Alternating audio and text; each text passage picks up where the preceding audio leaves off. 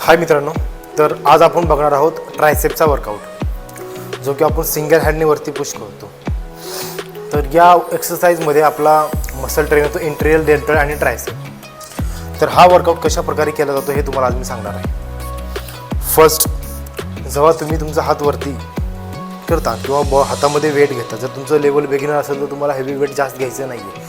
असा वेट घ्या ज्याच्यामध्ये तुमचा हात डिसबॅलन्स नाही होणार किंवा एक साईड नाही पडणार, व डोक्यामध्ये डंबल्स नाही पण असा वाला वेट घ्यायचा आहे तुम्हाला। एक बार फर्स्ट हात आज स्ट्रेट लाईनमध्ये असेल, हात आज सरळ लाईनमध्ये ठेवून द्यायचा तुम्हाला। एल्बोमधनं बेंड करायचं, स्लो डोक्याच्या पाठी आला पाहिजे हात, आणि इथून स्ट्रेट लाईनमध्ये हात वरती,